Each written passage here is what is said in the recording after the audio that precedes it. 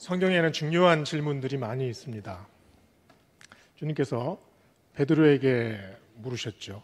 너는 나를 누구라 하느냐? 엘리야를 통해서 하나님께서 백성들에게 물으셨습니다. 언제까지 이 둘 사이에서 머뭇머뭇하려느냐? 이사야 앞에서 하나님께서 물으셨죠. 누가 우리를 위하여 갈꼬?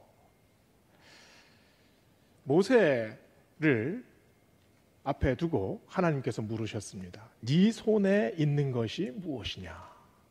이 질문들을 하나하나 생각해 보세요. 하나님께서 우리에게 주신 아주 간단한 질문입니다. 그러나 너무 주옥 같은 질문입니다. 왜냐하면 우리 신앙의 선배들은 이 질문 하나 붙잡고 씨름했습니다. 하나님께서 내 평생에 한 말씀 주신 바로 그 질문이에요.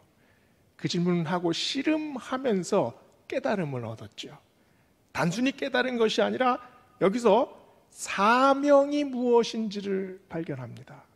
그리고 이것을 위해 이 질문 하나를 마음에 품고 하나님의 일을 하는 사람으로 거듭났음을 우리가 보고 있습니다.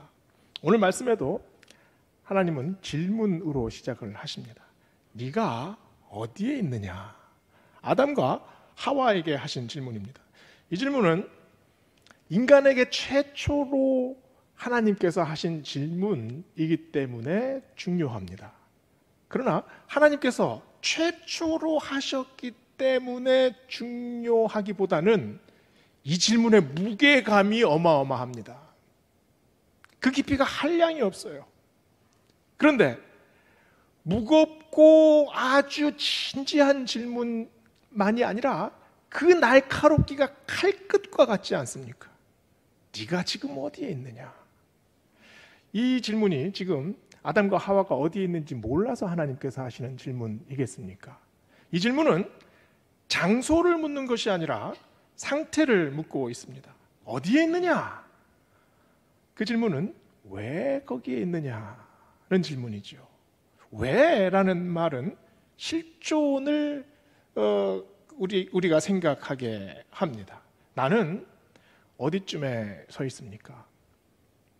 나의 아픔과 또 나의 고민은 어디에 있습니까?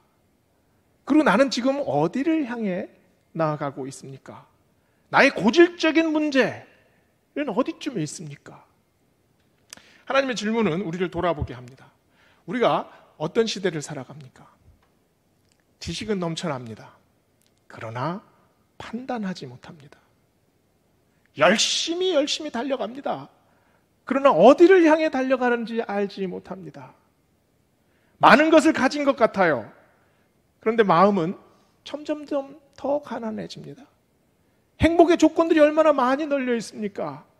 그런데 어떻게 살아야 행복한지 우리는 잘 알지 못하고 살아갑니다. 왜냐하면 내가 지금 어디에 있는지 잘 알지 못하기 때문입니다.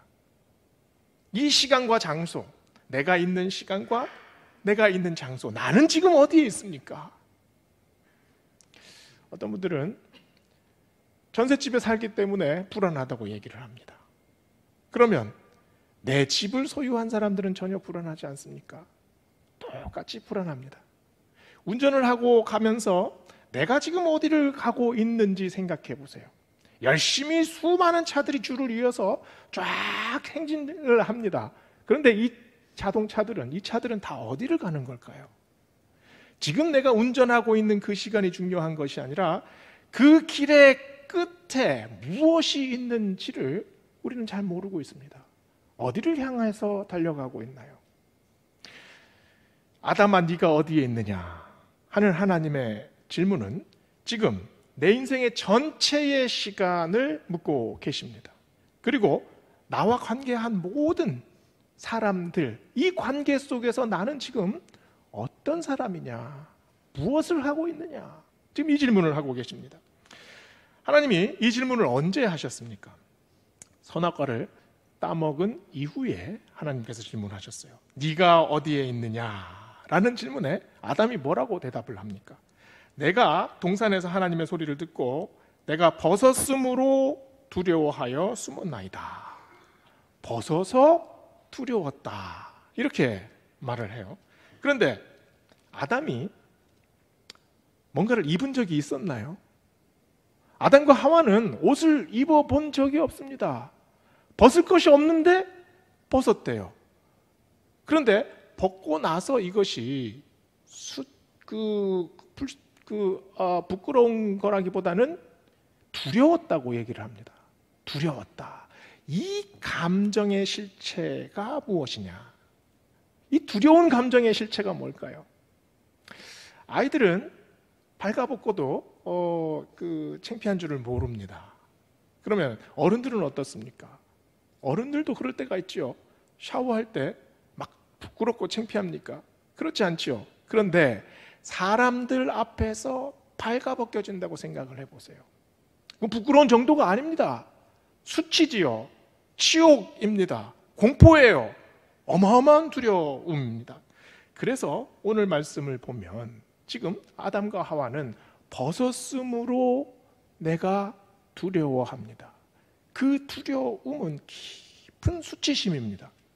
근데 이 수치심은 아담과 하와가 그 전에 전혀 경험해 보지 못한 그런 느낌이에요. 이 수치심이 어떤 걸까요? 수치라는 감정은 굉장히 복잡합니다.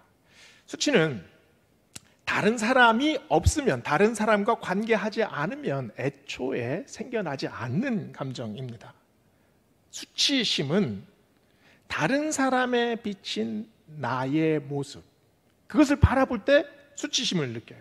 근데 희한하게 반드시 사람과의 관계 속에서 느껴지는 감정인데 혼자 고민합니다.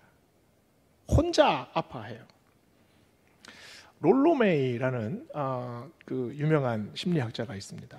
근데 이분이 그 미국 맨하탄에 있는 그 컬럼비아 대학을 나왔어요. 거기서 박사학위를 받았는데요. 이분이 젊었을 때 이 그 컬럼비아 대학 바로 길 건너 이 오른쪽에 가면 유니언 테올로지컬 세미나리가 있습니다. 유니언 신학교죠. 근데 거기서 젊었을 때 공부를 한 적이 있어요. 이 롤로메이가 유니언 신학교에서 공부를 할 때 독일에서 폴 틸리라는 유명한 신학자가 교수로 오게 됩니다. 이 폴 틸리는 당시 나치 독일의 그 핍박을 피해서 미국으로 망명을 한 거죠. 그래서 이제 수업 시간에 강의를 하는데 이제 롤로메이가 수업 시간에 앉아서 그 강의를 들었어요. 그런데 이 틸리가 강의를 할 때마다 학생들이 웃는 거예요. 킥킥킥대면서 웃습니다. 이 틸리가 너무 마음이 상했어요. 그래서 그 다음 날부터 더 열심히 준비를 해서 강의 준비를 해서 갔습니다. 그런데 1년 내내 이렇게 비웃는 아이들이 끊이질 않는 겁니다. 마음에 절망이 되지요. 자기는 조국에서 지금 살지 못하고 목숨을 걸고 미국으로 도망쳐 나왔습니다. 그런데 강의를 할 때마다 학생들이 비웃어요. 이게 마음의 상처가 됩니다. 마음의 병이 되는 거예요. 근데 그때 이 학생이었던 롤로메이가 그 편지를 한 장 써요. 교수님, 우리 학생들이 수업 시간에 웃어서 너무 죄송합니다. 선생님 독일 발음이 너무 신기해서 그런 것 같습니다. 그러나 선생님 강의는 언제 들어도 명강입니다. 존경합니다, 교수님. 이런 메시지를 보냈어요. 나중에 틸리가 이 사건을 통해서 자기가 살아났다고 몇 번을 강의에서 얘기를 했다고 합니다. 그 틸리는 왜 학생들의 웃음을 그렇게 충격적으로 받아들였을까요? 이 틸리의 일화는 사실 우리 삶 속에서 누구나 경험하는 그런 일화입니다. 이 강의 시간은 틸리의 존재를 증명하는 시간입니다. 그런데 자기의 그 마지막 남은 자부심이 학생들의 웃음 하나에 와르르 무너지는 거예요. 수치심은 다른 사람과의 관계에 있을 때 생겨납니다. 그런데 그 작은 사건, 작은 행동, 작은 말 한마디가 그 사람의 가장 약한 부분을 찌르고 들어올 때 이 수치가 극대화되지요. 그래서 이 상처가 곪고 자꾸 퍼져나가면 영혼이 완전히 좀 먹고 맙니다. 자기 마음속에서 어떤 생각이 드나요? 내 인생은 쓸모없는 인생이야. 다 망해버렸어. 사람들이 어떻게 나를 생각하는지 이제는 알겠어. 이런 마음이 우리 마음 속에 확 퍼져나가죠. 우리는 기준 미달이 되지 않기 위하여 최선을 다해 삽니다. 그런데 그 기준은 나의 기준이 아닙니다. 한번 생각해 보세요. 다른 사람들의 눈에 비친 나의 모습, 그게 기준이 돼요. 거기에 맞추려고 그냥 발버둥 치면서 살아갑니다. 사람들이 작은 실수를 하든 아니면 큰 범죄를 저지르든 여기서 수치를 느끼면 사람들은 숨지요. 그 사실을 자꾸 덮으려고 합니다. 왜냐하면 내가 한심한 사람, 나쁜 사람, 기준 미달자, 같이 상종하면 안 되는 사람, 이런 말을 듣기 싫기 때문입니다. 아담과 하와는 언제 두려워서 숨었습니까? 오늘 말씀 10절에 보면 아담이 이렇게 얘기를 합니다. 하나님의 소리를 듣고 내가 벗었다는 것을 알았습니다. 그래서 숨었습니다. 아담이 이렇게 말을 해요. 그런데 사실 하나님의 소리를 듣기 전에 아담은 이미 알았습니다. 11절을 보면 하나님이 다시 물으시잖아요. 누가 너의 벗었음을 너에게 알렸느냐? 알몸 상태에 있다는 사실을 누가 알려준 사람이 아무도 없습니다. 그러나 선악과를 따먹었을 때 그때 이미 하와는 알았어요. 이 열매를 안에 우리가 그 선악과를 따먹었을 때의 상황을 좀 생각을 해보면 선악과 안에 무슨 신묘한 그런 지혜의 효과가 있는 것 같이 우리는 생각을 합니다.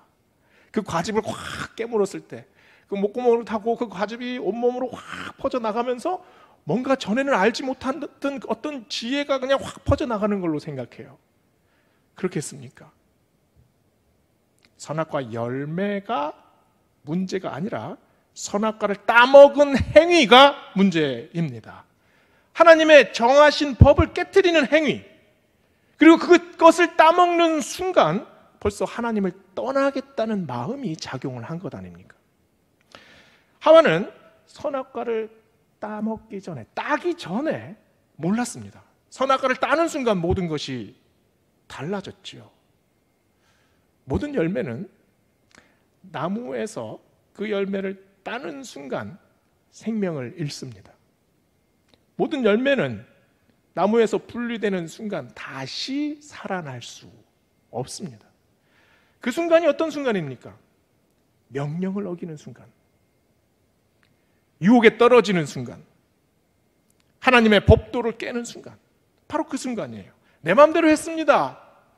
하나님께서 지금까지 지켜주신 그 보호막을 찍고 나왔어요. 떨어졌습니다. 이제는 다시 돌아갈래야 돌아갈 수가 없어요. 마음에 어떤 마음이 듭니까? 어떡하지?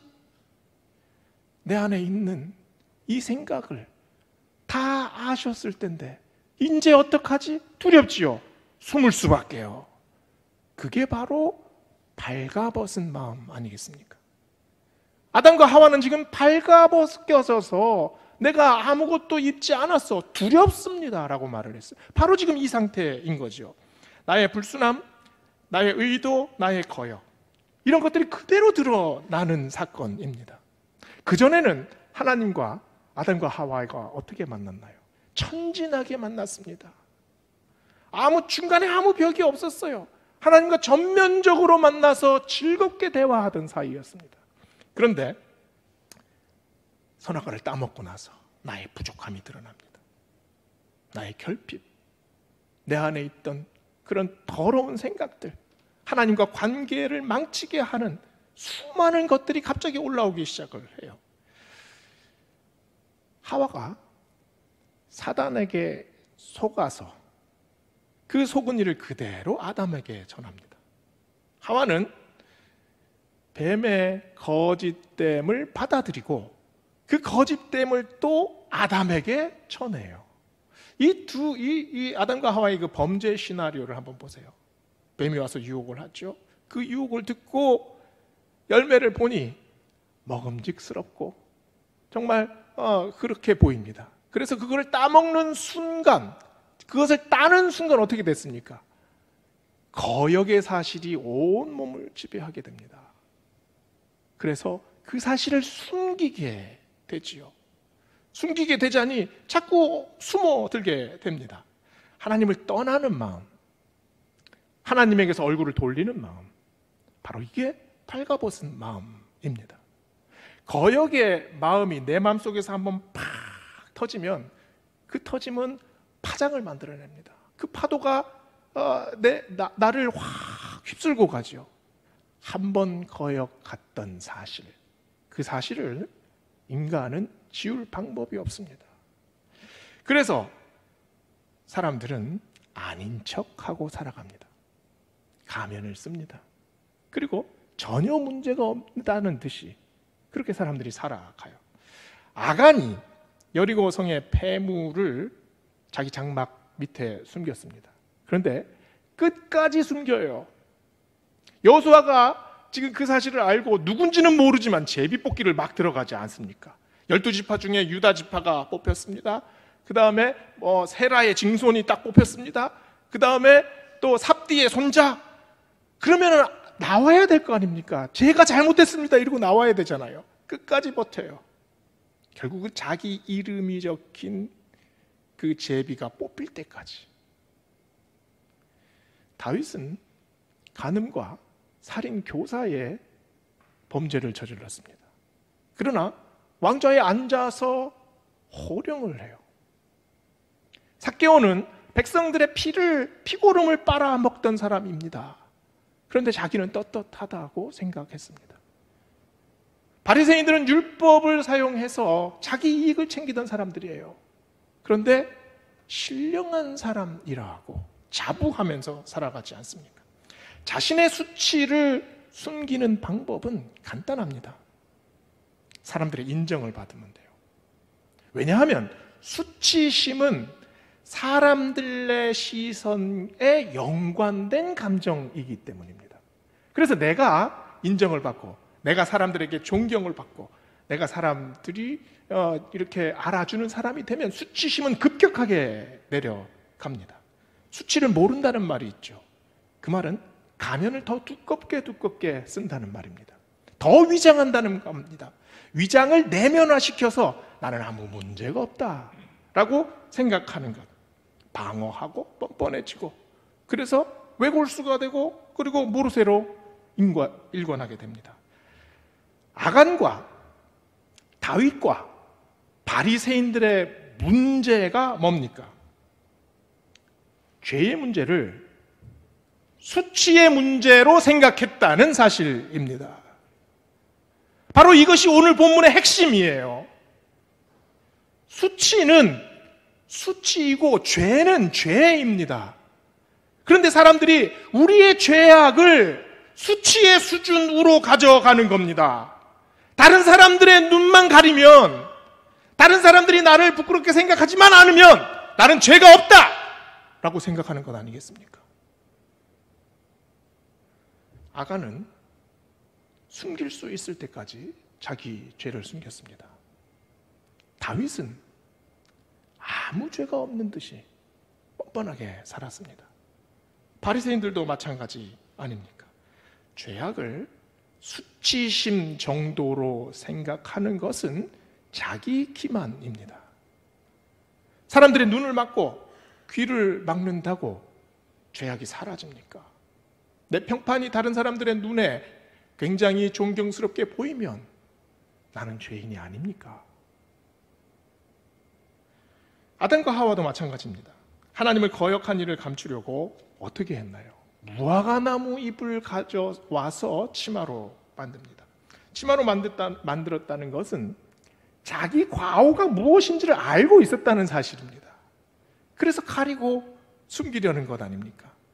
사람들의 눈을 피하고 사람들의 눈에 아무 문제가 없이 보이면 된다는 생각이지요. 그러나 하나님의 눈을 어떻게 막겠습니까? 하나님의 눈을 어떻게 피하겠습니까? 죄의 문제는 나와 다른 사람과의 관계가 아니라 나와 하나님과의 관계입니다. 하나님의 거룩하심 앞에서 나의 죄악된 모습을 어떻게 가리겠습니까? 한 초등학교 2학년 아이가 일기를 썼습니다. 그런데 그냥 삐뚤빼뚤 한글도 잘 못 쓰고 그랬는데 읽어볼 수가 없는 거예요. 그래서 선생님이 그 초등학교 2학년짜리 아이의 그 일기 밑에다가 이렇게 코멘트를 달았습니다. 다음에는 글씨를 조금 더 예쁘게 쓰세요. 이렇게 코멘트를 달았어요. 그랬는데 며칠 후에 엄마가 아이의 방에 갔다가 그 일기장을 이렇게 들춰봤습니다.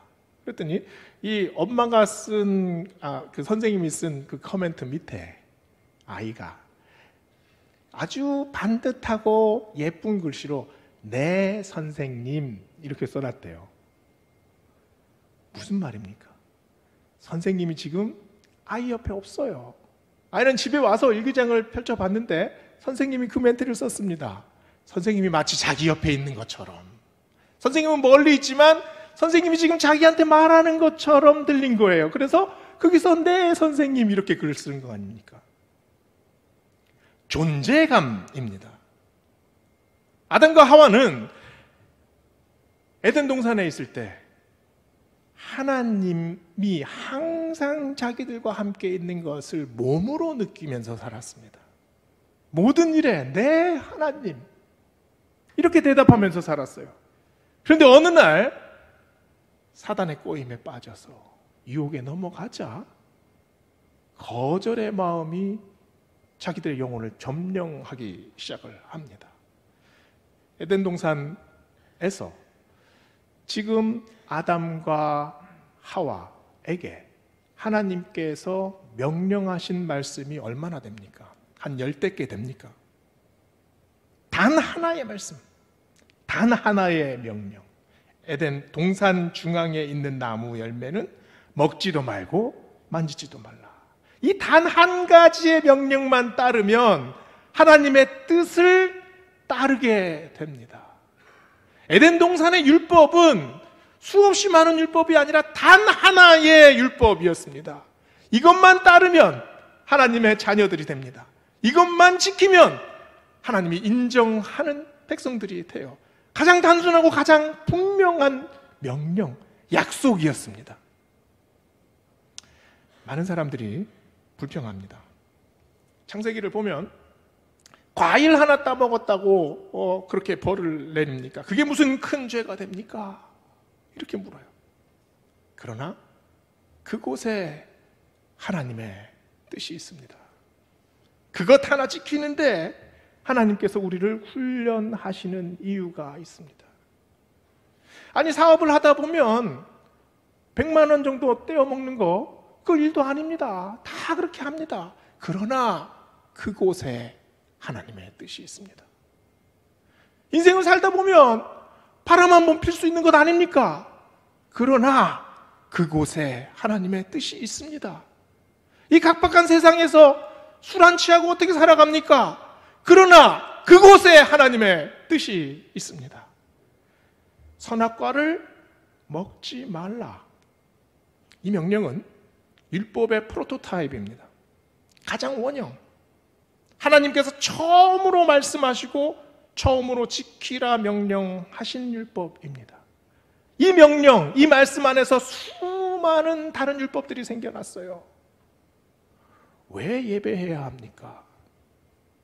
왜 우상을 섬기지 말아야 합니까? 왜 절제해야 합니까? 왜 서로 사랑해야 합니까? 그것의 당위를 따지는 것이 아니라 하나님께서 그렇게 정하셨기 때문입니다. 그것이 우리에게 주시는 하나님의 말씀이에요. 이것을 통해서 너희가 변하여지게 된다. 이것을 통하여 너희가 거룩하여지게 된다. 이 약속을 지킴으로 나와의 관계가 더 단단해지게 된다. 바로 이 말씀을 우리에게 주시기 위함 아닙니까?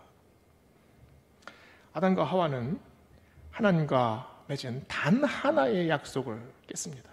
그러나 그들을 하나님께서 다시 부르십니다. 어디에 있는지 찾으세요. 그 마음이 수치심으로 어두워지고 또 숨어들고 또 하나님 앞에 자꾸 드러내지 않는 마음이 있을지라도 그래도 하나님께서 찾으세요. 무화과 나무 잎으로 치마를 만들어 입었습니다. 무화과 나무 잎이, 그 이파리가 얼마나 가겠습니까? 가릴 수 없는 도구를 사용해서 가리는 것이 인간입니다. 감출 수 없는 범죄를 감출 수 있다고 생각하는 존재가 인간의 존재 아닙니까? 엮으면 엮을수록, 더 두껍게 무화과 나무를 덧댈수록 그때 더 거짓으로 더 빠져들게 됩니다. 이런 인간을 하나님께서 부르셔서 어떻게 하셨나요? 가죽 옷을 찌어 입혔습니다. 이것이 하나님의 사랑이지요. 가죽 옷이 무슨 의미입니까? 가죽 옷을 만들려면 짐승 하나를 죽여야 합니다. 가죽 옷은 그리스도의 상징입니다. 우리의 죄악을, 아담과 하와가 범죄하고 거역했던 그 죄악을 위해서, 그것을 대속하기 위해서 짐승 하나가 죽었습니다. 그 가죽을 말려서 하나님께서 옷을 만들어 입히셨어요. 예수님께서 바로 그 일을 위하여 이 땅에 오시지 않았습니까? 갈라디아서 3장 27절에 사도 바울은 이렇게 말합니다. 누구든지 그리스도와 합하기 위하여 세례를 받은 자는 그리스도로 옷 입었느니라. 그리스도로 옷 입었느니라. 그리스도께서 우리를 살리시려는 그 사랑으로 가죽 옷을 입혀 주셨습니다. 우리의 범죄함과 우리와 죄악을 다 가려 주셨습니다. 얼마나 놀라운 은혜입니까? 하나님을 거역한 아담, 그 아담은 바로 우리들 아닙니까? 어디로 걸어가고 있습니까? 어디에 있습니까? 무슨 생각을 하고 있습니까? 어떤 아픔이 있습니까? 어떤 갈등에 처해 있습니까? 그러나 그때 하나님은 우리를 버리지 않으시고 직접 찾아오십니다. 아담아, 네가 어디에 있느냐? 네가 무슨 고민에 빠져 있느냐? 무슨 갈등을 하고 있느냐? 무슨 아픔으로 괴로워하고 있느냐?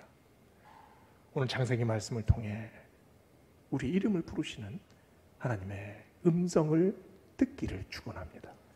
기도하시겠습니다.